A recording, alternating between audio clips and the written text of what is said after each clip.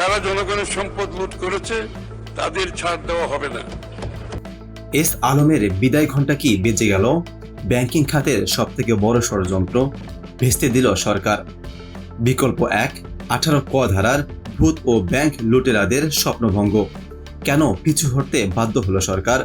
বিকল্প 2, লুটেরাদের পেছনের দরজা বন্ধ। দেউলিয়া ব্যাংক আর হাজার কোটি টাকার সিন্ডিকেটের অন্দরমহল। ব্যাংকিং খাতের ভল্ট, যেখানে রাখা থাকে সাধারণ মানুষের ঘাম ঝরানো আমানত। কিন্তু সেই ভল্টের চাবি কি ছিল সাধারণ মানুষের হাতে, নাকি কোনো এক অদৃশ্য সিন্ডিকেটের আঙুলে? বিএনপি সরকার আসছে, এস আলম ফিরছে। কদিন আগেও ঢাকার রাজপথ থেকে ক্যাফে সবখানে শোনা যাচ্ছিল এই একই গুঞ্জন। কিন্তু ইতিহাসের চাকা হঠাৎ করে ঘুরে গেল। তুমুল বিতর্ক, তীব্র সমালোচনা আর অর্থনীতিবিদদের হুঁশিয়ারির মুখে শেষ পর্যন্ত পিছু হটতে বাধ্য হলো সরকার। অর্থমন্ত্রী আমির খসরু মাহমুদ চৌধুরী সংসদে দাঁড়িয়ে সাফ জানিয়ে দিলেন, জনগণের সম্পদ যারা লুট করেছে তাদের জন্য কোনো ছাড় নেই। বাতিল হলো 18 ক ধারা। মাননীয় স্পিকার, ব্যাংক রেগুলেশন আইন 2026-এর ধারা 18 ক বিষয়ে বিভিন্ন অংশীজনের মতামতের ভিত্তিতে সরকার এই ধারাটি বিলোপের সিদ্ধান্ত নিয়েছে। আমাদের বার্তা স্পষ্ট, যারা জনগণের সম্পদ লুট করেছে তাদের ছাড় দেওয়া হবে না। অন্যদিকে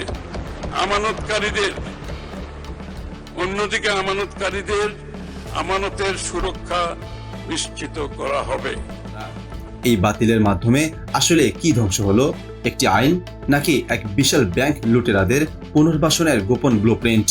ঘটনাটা শুরু হয়েছিল অধ্যাপক ইউনূসের অন্তর্বর্তী সরকারের ব্যাংক রেগুলেশন অধ্যাদেশ দিয়ে।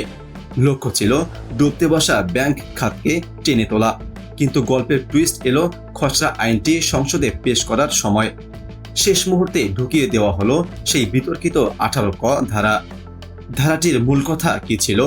সরকার যদি কোনো ব্যাংককে উদ্ধার করে, তবে পুরনো মালিকরা টাকা ফেরত দিয়ে আবার সেই ব্যাংকের চেয়ারে বসতে পারবেন।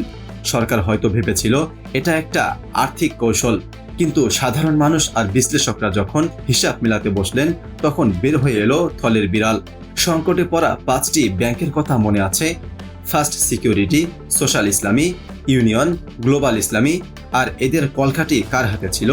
এস আলম গ্রুপের এক্সিম ব্যাংক ছিল নাসা গ্রুপের নিয়ন্ত্রণে। শেখ হাসিনার আমলের রাজনৈতিক প্রভাব খাটিয়ে এই 5 ব্যাংক থেকে প্রায় 1,47,000 কোটি টাকা হাওয়া করে দেওয়া হয়েছিল। ব্যাংকগুলোর মোট ঋণের 79% ছিল এই লুটেরাদের পকেটে। 18 ক ধারাটি কি তবে সেই লুটেরাদের পেছনের দরজা দিয়ে আবারও রাজ সিংহাসনে বসানোর এক সূক্ষ্ম চক্রান্ত ছিল না?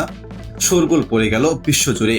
ট্রান্সপারেন্সি ইন্টারন্যাশনাল থেকে শুরু করে খোদ বিশ্ব ব্যাংক, সবার একটাই কথা, এই আইন আত্মঘাতী।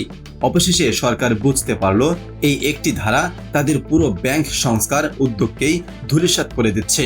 সোমবারের সংসদ অধিবেশন ছিল সেই অশুভ অধ্যায় সমাপ্তির দিন। অর্থমন্ত্রী ঘোষণা করলেন, লুটেরাদের দিন শেষ। কিন্তু শুধু কি আইন বাতিল করলেই হবে? 11টি অগ্রাধিকার মামলার বিপরীতে 72,000 কোটি টাকার সম্পদ জব্দ করা হয়েছে। সাধারণ আমানতকারীরা তাদের 2 লাখ টাকা পর্যন্ত ফেরত পাচ্ছেন। কিন্তু সেই 1,47,000 কোটির কি হবে? এটি কি কেবলই একটি আইনি লড়াই, নাকি এই লুটেরাদের শিকড় এতটাই গভীরে যে শুধু আইন বদলে তাদের সরানো অসম্ভব? মনে রাখবেন, লড়াইটা আইন বদলের চেয়েও অনেক বেশি কঠিন। আসল চ্যালেঞ্জ হলো পাচার হওয়া সেই পাহাড়সম অর্থ উদ্ধার করা এবং রাঘব বোয়ালদের আদালতের কাঠগড়ায় দাঁড় করানো। ব্যাংক লুটেরাদের বুক ফুলিয়ে চলাফেরার দিন শেষ, কিন্তু এই ক্ষতবিক্ষত ব্যাংক খাতকে সুস্থ করতে সরকারকে এখনো অনেক কঠিন পথ পাড়ি দিতে হবে। এই পথ কি মসৃণ হবে, নাকি লুটেরা আবারও নতুন কোনো ফাঁদ পেতে বসে আছে?